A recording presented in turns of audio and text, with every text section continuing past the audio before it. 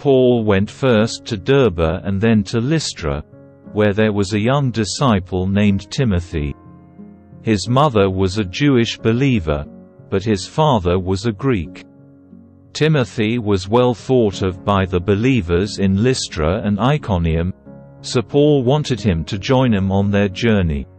In deference to the Jews of the area, he arranged for Timothy to be circumcised before they left, for everyone knew that his father was a Greek.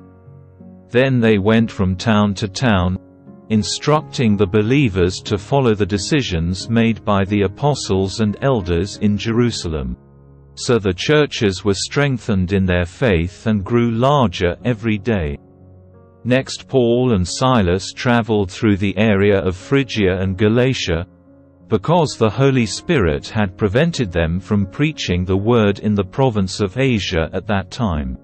Then, coming to the borders of Mysia, they headed north for the province of Bithynia, but again the Spirit of Jesus did not allow him to go there.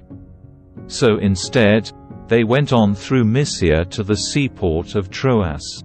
That night Paul had a vision. A man from Macedonia in northern Greece was standing there, pleading with him, "Come over to Macedonia and help us." So we decided to leave for Macedonia at once, having concluded that God was calling us to preach the good news there.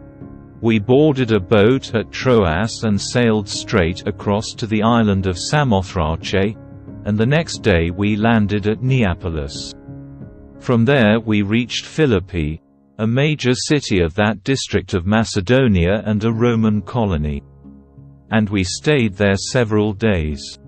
On the Sabbath we went a little way outside the city to a river bank, where we thought people would be meeting for prayer, and we sat down to speak with some women who had gathered there. One of them was Lydia from Thyatira, a merchant of expensive purple cloth, who worshipped God. As she listened to us, the Lord opened her heart, and she accepted what Paul was saying. She and her household were baptized, and she asked us to be her guests. "If you agree that I am a true believer in the Lord," she said, "come and stay at my home." And she urged us until we agreed. One day as we were going down to the place of prayer, we met a slave girl who had a spirit that enabled her to tell the future. She earned a lot of money for her masters by telling fortunes.